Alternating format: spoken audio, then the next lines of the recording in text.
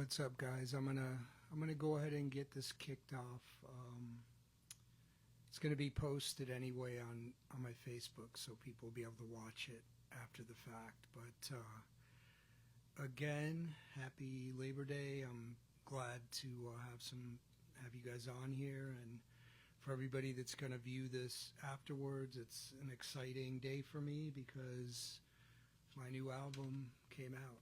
It's available on Spotify, it's available on all streaming services, and you can actually purchase a CD on Amazon if you want to pick up the physical copy. And that's the front cover, CP, and then the back cover is the Silent Storm Dark Winter. So it's basically 2 EPs and 1 album. And why am I doing this at 62 years old? My why is that this is something I love to do. I'm obviously not doing it for the money anymore. I never was, and I'm not doing it for the fame. I'm doing it because I want to sing songs that are my truth and to be creative and be an artist. That's why I do this still. So I'm really happy that I was able to finish this album. It was some albums go real smooth. This one, just there's life. A lot of things happened, good and bad along the way that kind of delayed things. But I was able to power through and finish it. And I'm calling this my 10th album. So if anybody out there is nitpicking, they may say, well, it's really 2 EPs, which it really kind of is. But I envision doing it as an album for the CD and also the vinyl, which hopefully it will be coming out on vinyl. And on the streaming, it is actually 2 EPs just because of cataloging. And this will be my 10th album or 5th EP if you want to get technical. And I've released 13 singles, and there's a lot of material. So in cataloging, it only made sense to release it under Christopher Phipps, which is established on Spotify, YouTube, all the streaming, and then Silent Storm is also has a catalog of material. But in my heart, this is an album with an A side and a B side, and what I'm going to do is play at least the first 5 songs for you guys.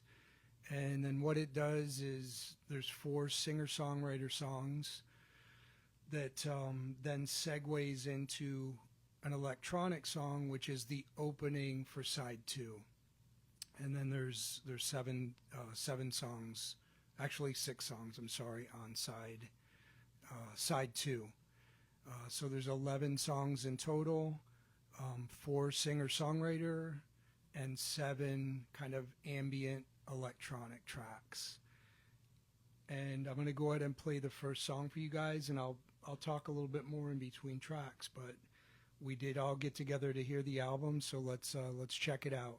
This first song is called Don't Drink Alone.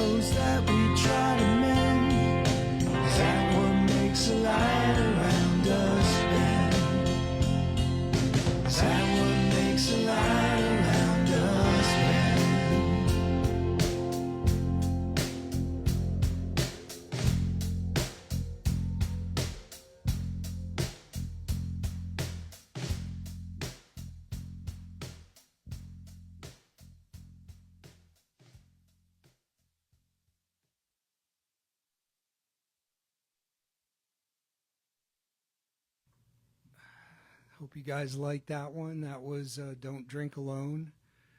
And yeah, that's the one I chose to kick off the album. I don't like to talk about what the songs are written about, but you know, everybody can take their own meaning there on what that one's about. So anyway, I wanted to talk a little bit about the writing and recording of the album. I thought some of you guys would find that interesting. Basically, almost like every album or song that I've recorded, you know, in at least the last 20 years, it's nothing I really plan on doing, to be quite honest. You know, as an artist, as a songwriter, musician, you know, I'll go months and months without touching my guitar, my keyboards, and then all of a sudden, you know, the urge strikes, and it's an itch that has to be scratched. It's like once I get that feeling and I want to do something, I almost obsess with it. So I went into the studio, my studio, where I'm talking to you guys from today, in the summer of 2023. And any of my South Florida friends that are listening or will listen to this, they can attest to how hot the South Florida summers have been. I mean, to me, it seems like ever since 2020, the pandemic, it's just been brutal. And so the summer months, for us, it's almost like up north where you get snowed in and it gets cold. We're inside in the AC. And I had wanted to work with my analog synths. I have a Korg MS-20, which is a modular synthesizer, and I've got an old school reissue sequencer from the 70s. And these things are not easy to work with. There's no presets. You have to actually shape the sounds and make the sounds and do all of the programming from scratch, which to me is almost becoming like a lost art form. Everybody wants to just, you know, click a button on a mouse or click a preset and have it sound great. And that's cool. I'm not downing that, but all the groups that I like that from that genre are basically most of them from the 70s. And that's when things were a little more difficult and you had to actually put in the time to create the sounds, to program the sequencer. It's called a step time sequencer. You're not playing notes, you're actually programming note by note what you want it to do. So you know, each one of those songs took a lot of time, and I just really got into it. I had a theme in mind, which was Dark Winter, which was something that was said during a political rally. I don't want to get into politics, but just that statement was so heavy and profound that it stuck with me. And I'm like, I'm going to do something with that. And then I actually picked like the hottest summer on record to start recording Dark Winter. But that's the way it went. And I recorded, you know, a 7-part, you know, Dark Winter Part 1 through 7 in the I would say from May until probably August. That was all I did is worked with the synthesizers and finished that. I was really happy with the way it sounded. I knew I was going to do something with it. I wasn't really sure what, but I took a little break. I got my kids off to college in August and kind of cleared my palate, and then came back home with a lot of extra time and you know, empty nest basically. And to be totally honest, I don't know why, but I started listening to Elliott Smith, who's one of my favorite singer-songwriters. He was in a band called Heat Miser from Portland, Oregon. And I just love his, you know, he's a big Beatles fan like me, and just love his melodies, and all of his songs are super heartfelt. The guy was huge artist, you know, in the 90s and taken away far too soon. But his influence is still felt by everybody that loves his music. and I tuned my guitar down to D, and I had a lot of things I was feeling and going through, and I would say in a 2-week period, maybe less, I wrote the 4 songs that are on this album, and the first one you guys already heard. So with all of that, let's go to song 2, and actually have to look and see what it is here. It's Nothing Can Hurt You, and the song really comes from the heart. It's for my daughter, and I hope you guys like it.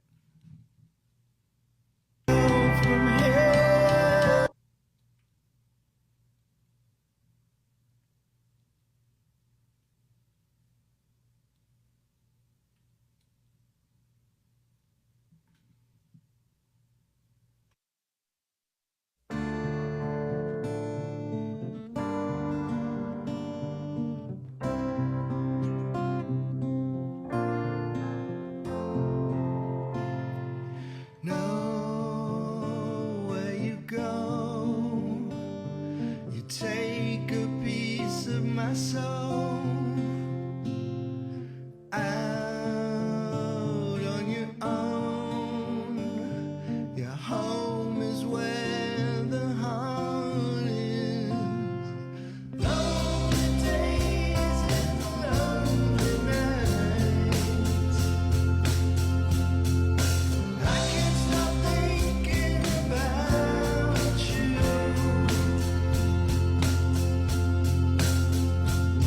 I know you're safe wherever you are, and nothing can ever hurt you. Nothing can hurt you. Nothing can hurt you. Nothing can hurt you. Nothing can hurt you. Nothing can hurt you.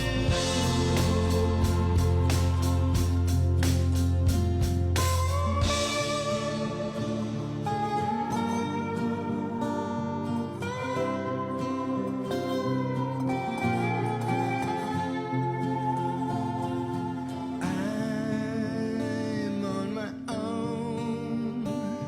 I'll have to figure it out. And don't be afraid to spread your wings and fly. Fly away. Fly away. Fly away.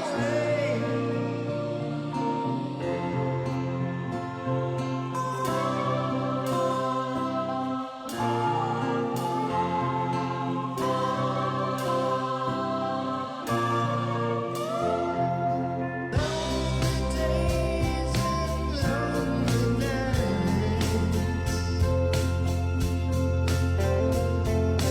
I can't stop thinking about you.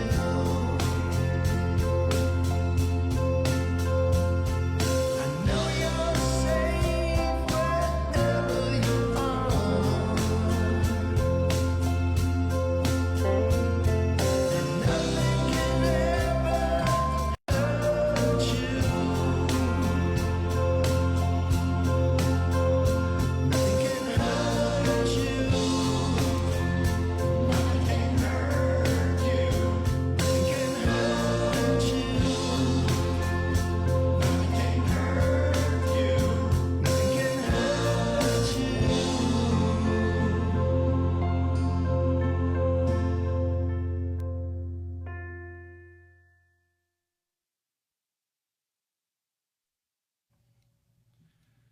All right, guys, I hope you liked that one. That was song 2, Nothing Can Hurt You, and definitely a song from my heart. So, and that is one thing I can say about this album. The singer-songwriter songs and the compositions, it's something, it was a labor of love, and I put a piece of my soul into this record. So I hope it comes comes across that way. Whew. So anyway, so yeah, we got through 2 songs. I apologize. There's had a couple of little glitches, and I don't know, maybe it'll be cool, but I'm I'm getting used to the technology. I have not used my CD player since I recorded this album, so it's a real nice CD player. It's a Carver from back from my days of selling stereo equipment, and I was really I was happy that it worked, but going between the tracks is a little, I'm not really practiced up on it. So, but we'll get through it. That was song 2, and I guess we left off with kind of the recording of the B-side, which happened before the A-side, which was the CP-sILENTsTORM electronic stuff, and then I got the inspiration through listening to Heat Miser and Elliott Smith to do some singer-songwriter tunes, and I had the inspiration of just things I was going through in my life, and wrote those 4 songs. So now the songs are written, and the next step is to record them, which I work with a gentleman by the name of Bob Lose, and he'll get mad at me for saying this because he's such a humble guy, but everybody that knows Bob knows he's a legend, and whew.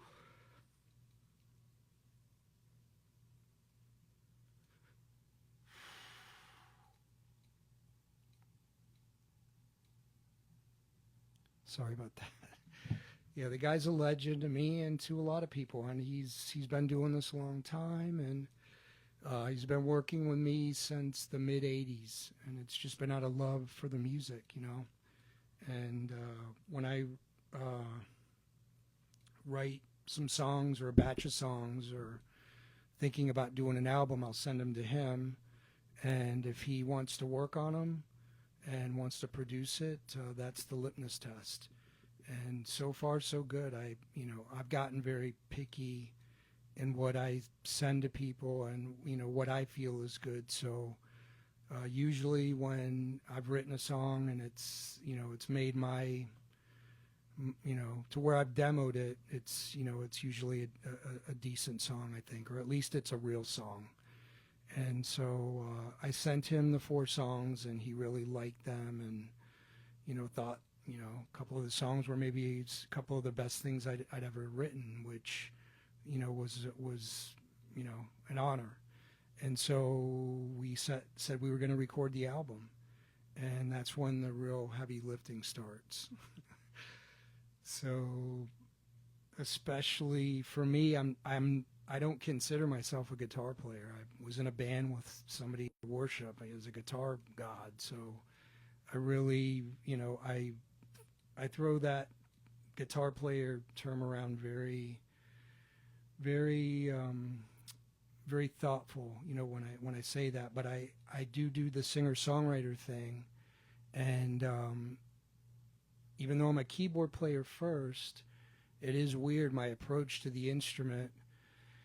And I did a lot of picking on these 4 songs, which I'd never played that style before in my life. I don't know where it came from, just from listening to records. And, I like some of the folk stuff that came out in the 60s and 70s, and Johnny Cash, is kind of an influence. So I practiced my butt off for 3 months and got the songs to where I could record them. And I started recording for real at my studio, I would say, in January of 2024.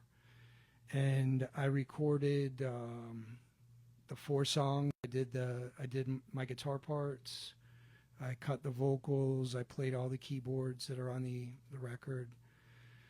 And then I sent those up to Bob. With the technology of today, it's just amazing. I can send lossless WAV files up to him, and everything was recorded to a click, and so everything's in time, and sent those up to him. And then we brought in Mike Vulo, who's an awesome drummer, one of my favorite drummers I've ever worked with. He played drums on the album. And then Bob, besides producing it, he played pedal steel, he played dobro, he played mandolin, he played bass guitar, and electric guitar too. He did do some electric guitar on the album. So that was the recording process. I'd say that went through the summer of 2024. We started mixing it in the fall, and by end of October, early November, the album was done. It was mixed, mastered. We did master everything to tape, which gives it that kind of warmth. Bob's a big believer in using, really good mics and miking technique and old school recording. The guitars are mic'd up. We use tape to mix on. We did use Pro Tools, to actually track the song, but we ran everything through a Studio Craft 24-track analog mixing board, and that really warmed everything up and gave it that sound that we were looking for, which is, kind of a 70s sound. Even though I had my, little bit of success in the 80s with my band, my heart is really in the 70s because that's the music I grew up listening to. And that was this album. That's what it is kind of an ode to the music I grew up listening to. So that's it. That's the recording. We went over the writing, and let's check out song 3, and let me see what it is. Another Friday afternoon, and my only disclaimer is just listen to the words. This one is a real sign of the times. I think the lyrics will resonate with anybody that takes the time to listen to them. So please put some comments in the comments. What you think of the songs. I heard somebody say the Beatles. Richard. Yes, of course the Beatles. There's a few other, I think, influences that maybe stand out a little bit, and would love to hear what you guys think that it sounds like, or any feedback on the songs. So with that, here's the Sign of the Times song on the album, Another Friday Afternoon. Bitcoin is rising, falling. Sorry about that.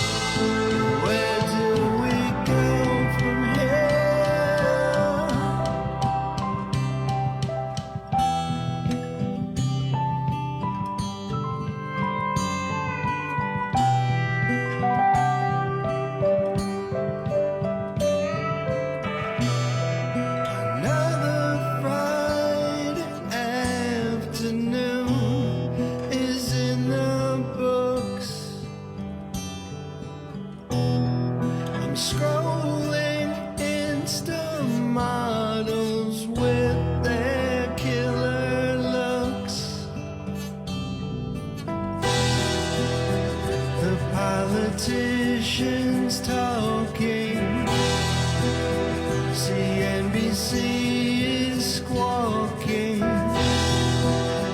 Bitcoin is rising, falling, the margin call is in. I miss the innocence the 90s had.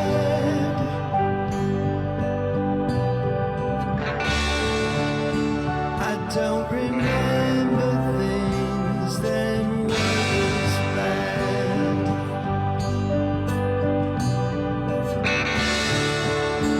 Another time, another reality.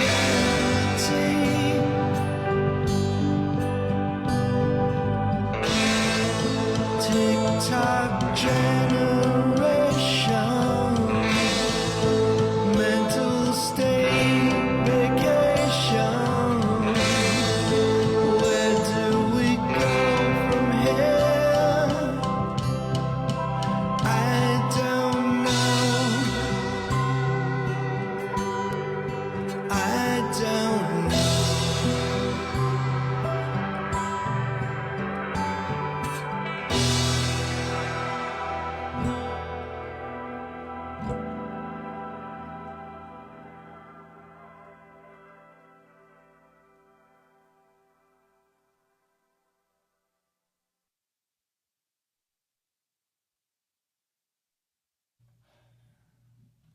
So that one was Another Friday Afternoon, and I actually debuted that song on NPR Radio, the Tiny Desk series, Miami version. Played it live on air and got a pretty good reaction out of the host, and he hears a lot of national acts come through that studio, and commented, on the lyrics and the feeling. It made him feel something. And if you go to my YouTube channel, you can actually see that performance. And I knew I had something with that song, or I felt like I did, at least with the feeling, and it's crazy times out there. I know we're all feeling the same thing. It's like mass shooting every time you turn around, war, it's very uncertain times, and we just got to get through it the best we can. And with me, it's always, I put that back into my art. So hopefully you guys like the song. A little heavy, but I think it's a good tune. And I'm gonna go into song 5, which is the let me see here. Is that right? It's so funny. I'm sorry, guys. I'm looking at the set list from Lunastar in my notes, but let me refer to the album. I'm sorry. It's track 4 is Believe, and I'm gonna send this one out to my mom. Wrote a song about my dad, or had my dad in there with Halfway Tree Road, and this one goes out to my mom. This one's called Believe.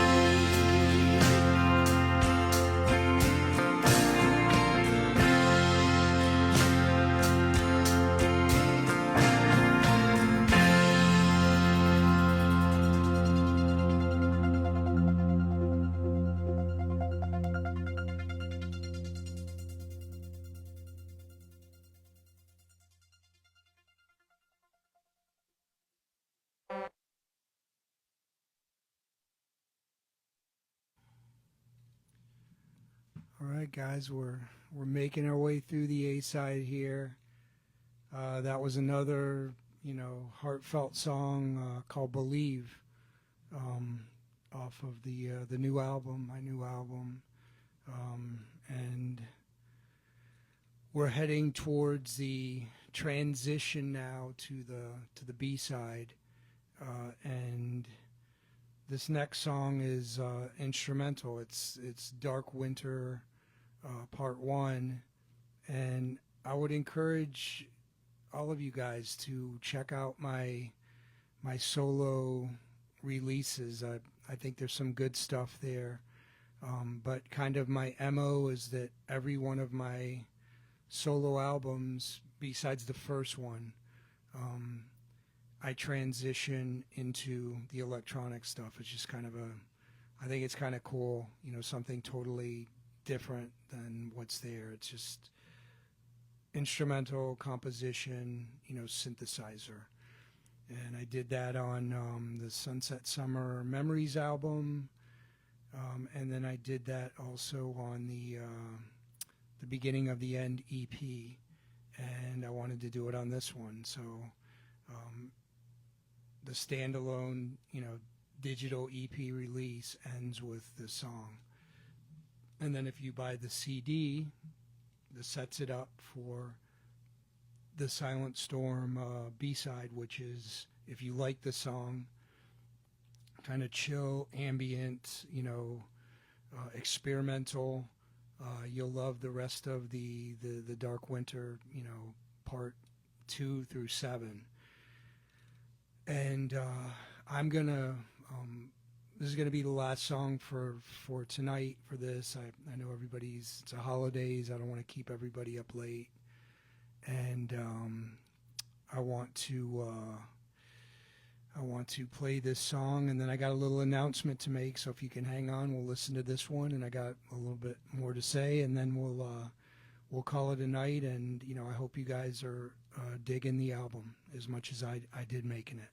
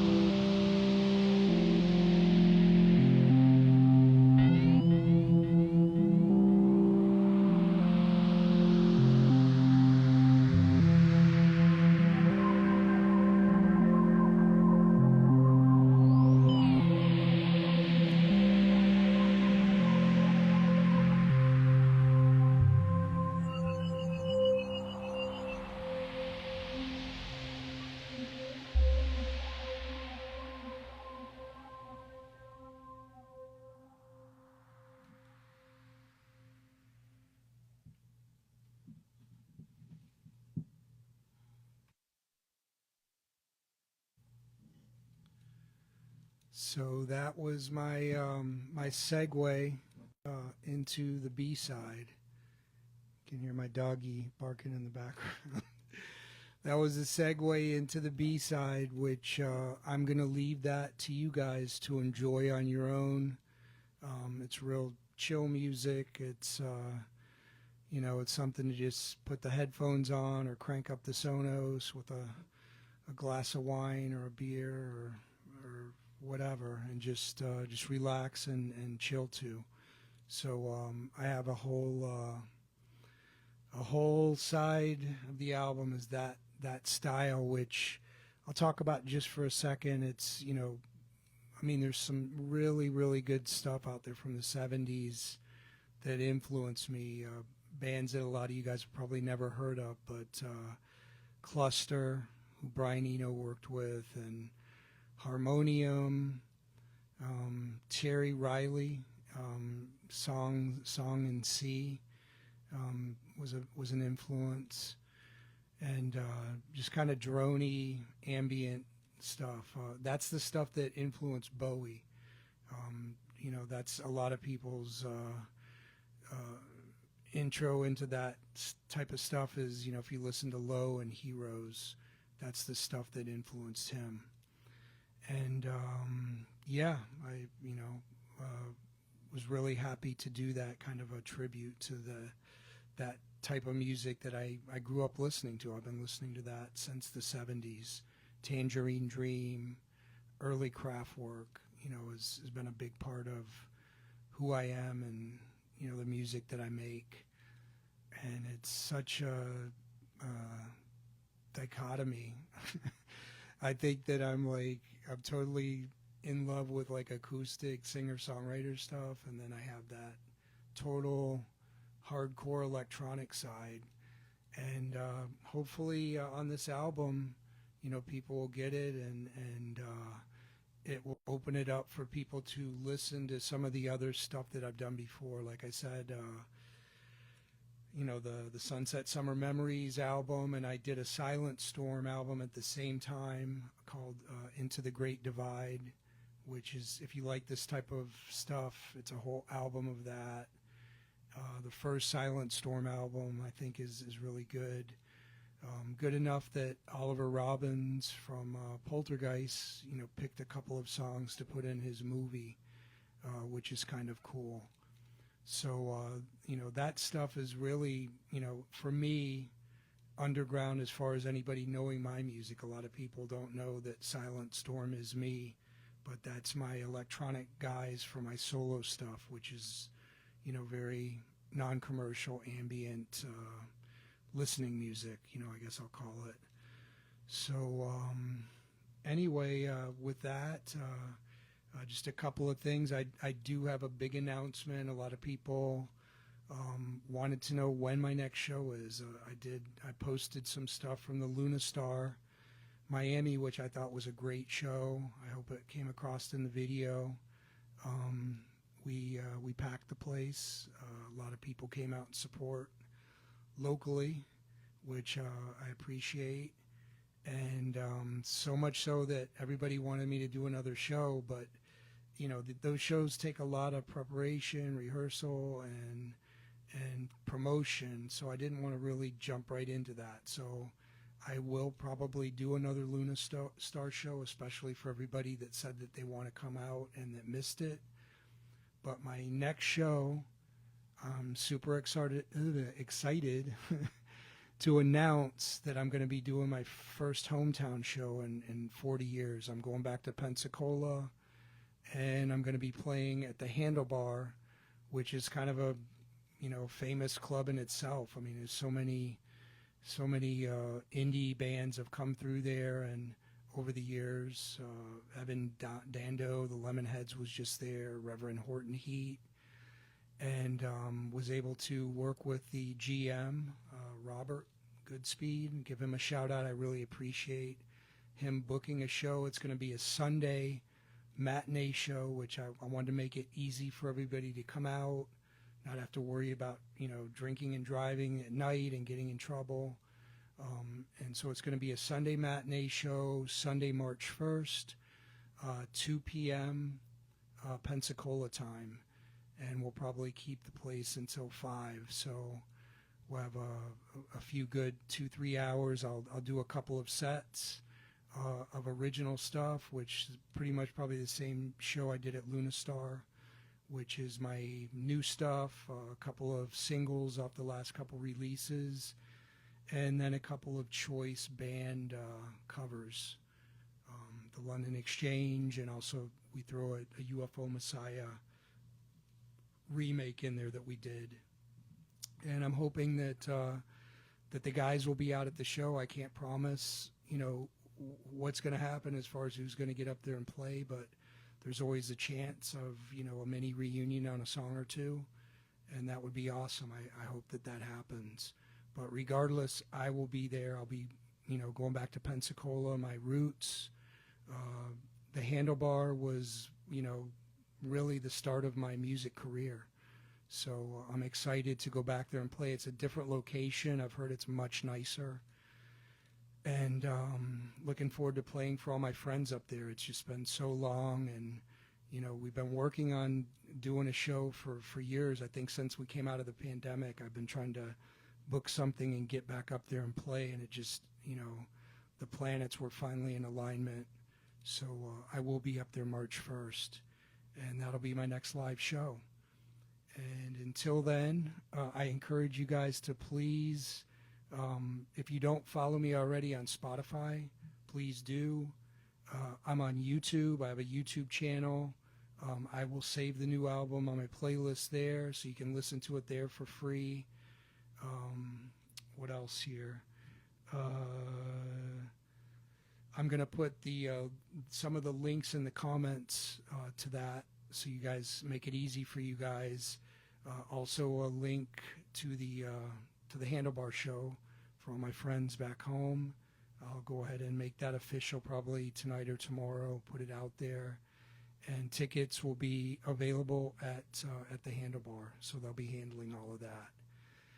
And what else? Oh, if you do want to buy the CD, I'm telling you, it's I love products. So I mean, for $10 or $15, whatever it is, to have this, on a disc that you can, if you don't have a CD player, you can buy one for $25 now on Amazon, and you can listen in your car, listen at home, listen on your Sonos. They're all Bluetooth, and the lossless quality of the CD. I'm not saying this to sell CDs, but it's definitely far superior to the MP3 that you listen to streaming. So with that, thanks again, everybody, for listening tonight. I really, really appreciate it from the bottom of my heart. Check out the new album, available on all streaming sites, on YouTube. And I hope to see you guys in Pensacola in March. All right, thanks a lot. Love you guys. Have a safe night, and I'll see you guys next time.